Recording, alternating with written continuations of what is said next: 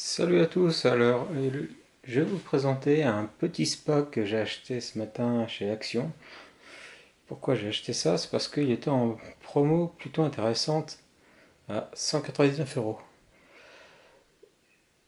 À ce prix-là, bon ben bien sûr, c'est vraiment pas un modèle familial. On voit bien sur la photo avec les personnages dedans. Il fait 1,70 m par 70, mais extérieur. À l'intérieur, c'est 1,24 m et il va pouvoir contenir jusqu'à 600 litres d'eau. Il est équipé d'un module qui va faire les bulles et le chauffage. Il peut chauffer jusqu'à 40 degrés. Par contre, pour chauffer l'eau, eh bien c'est une forte résistance de 2000 watts. Et même avec ces 2000 watts, eh bien il va falloir compter 5 heures, 10 heures, 15 heures, suivant la température d'origine de l'eau, pour obtenir une eau à bonne température. Qu'est-ce qu'on a dans ce carton? Eh bien, on a d'abord cette notice. Elle est assez épaisse, mais elle est multilingue.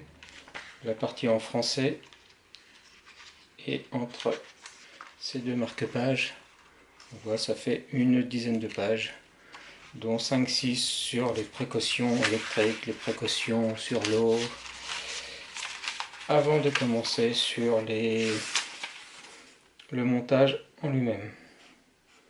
Il va y avoir la liste des éléments qui sont dans le kit, et puis comment assembler tout ça. Ça semble de plutôt bonne qualité. Qu'est-ce qu'on a d'autre? Eh bien, on a 3 autocollants qui vont permettre de réparer des petites fuites. C'est des autocollants vinyle.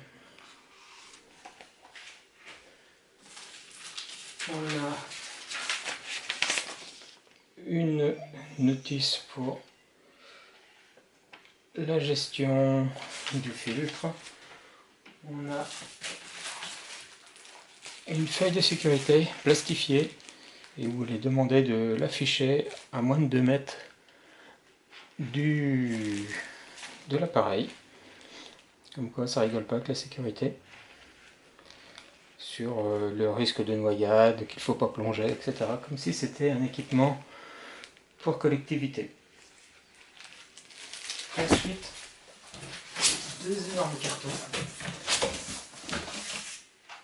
Ce carton-là va contenir le système de soufflage, le deuxième va contenir le spa, et ici on a un espace, et dans cet espace on va avoir le système de couverture isolante. Alors comme on voit, c'est du vinyle bien épais, fibré, avec des clips, donc ça fait vraiment sérieux. Je suis assez agréablement surpris. Et ici, c'est la bavette qui va contenir le couvercle isolant du spa.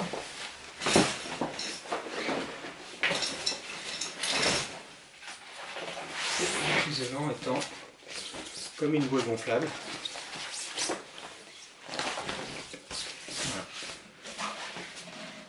Voilà. Alors dans ce grand carton, on a tout ça. On va d'abord avoir le groupe de soufflage-chauffage.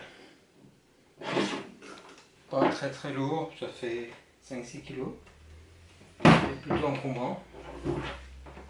Il est équipé d'une sécurité avec un disjoncteur différentiel 10 mA, un câble de forte section puisqu'on a les 2000 watts du chauffage plus des quelques centaines de watts pour les autres éléments, le pupitre de commande avec le chauffage, la minuterie, voilà, tous les différents réglages, la température qui s'affiche ici. On a même des porte-gobelets derrière. On a un bloc crépine avec un filtre qui est intégré. C'est du filtre classique qu'on trouve dans les rayons piscine de toute façon. Donc il n'y aura pas de souci pour s'en procurer. Ça va se visser directement dans le spa. Il y a un filtre de rechange qui est fourni. La crépine de refoulement qui semble être réglable.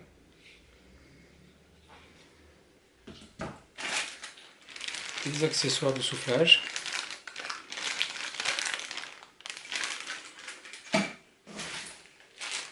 Un accessoire de remplissage qui se branche sur un tuyau d'arrosage. Et puis un bouchon pour la purge. Et on a également un tuyau qui va servir pour générer les bulles. Et grâce à cet embout-là qui va permettre de gonfler le spa en lui-même et le couvercle isolant que je vous ai montré précédemment. On va maintenant voir ce qu'il y a dans le dernier carton.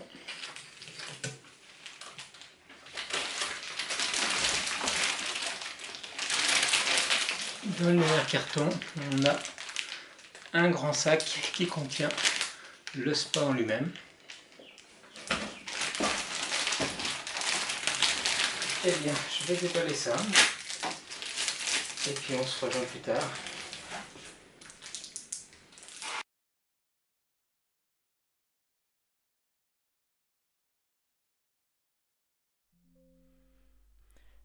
Alors pour gonfler le couvercle et le spa, on va utiliser le générateur de bulles d'air branché sur le flexible fourni à cet effet.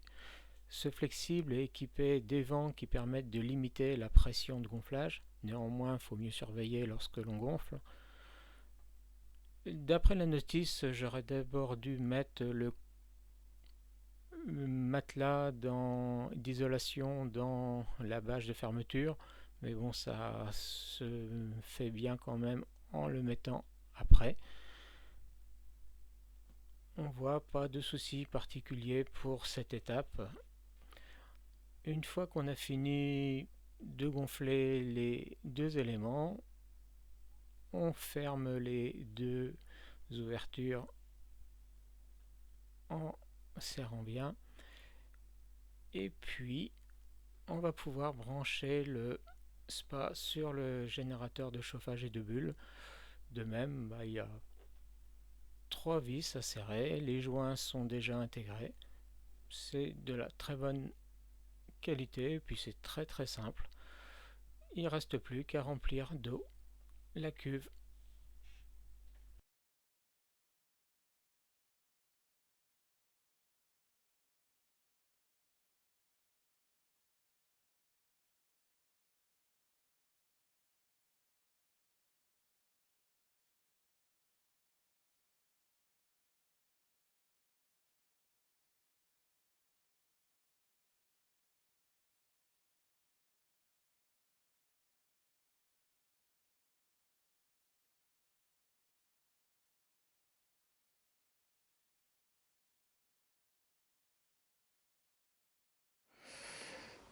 Ça fait maintenant une nuit que le jacuzzi a été branché et l'eau est maintenant à 37 degrés à peu près.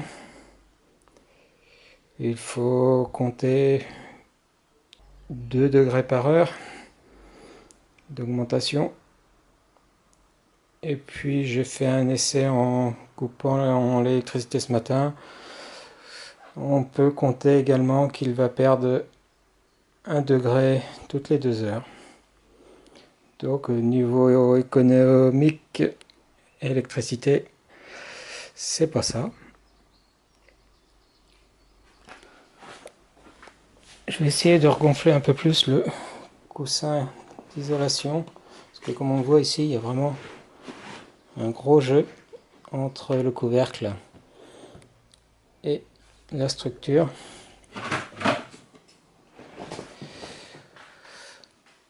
Pour ce qui est du système de commande, c'est pas très compliqué à se servir.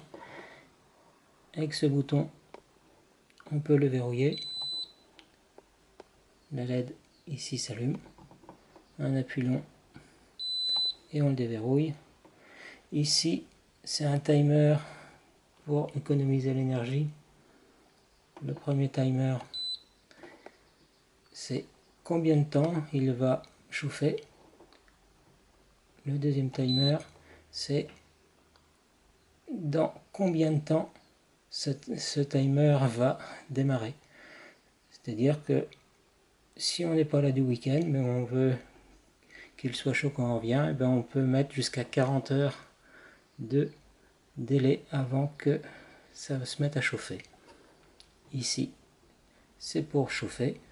Par défaut, ça va également allumer ça, c'est la circulation de l'eau, évidemment. Ici, c'est pour mettre les bulles. Et ici, c'est pour régler soit la consigne, soit le nombre d'heures. Et ici, l'arrêt, et ici, Celsius ou Fahrenheit. Je vais vous montrer le bruit que ça fait avec les bulles.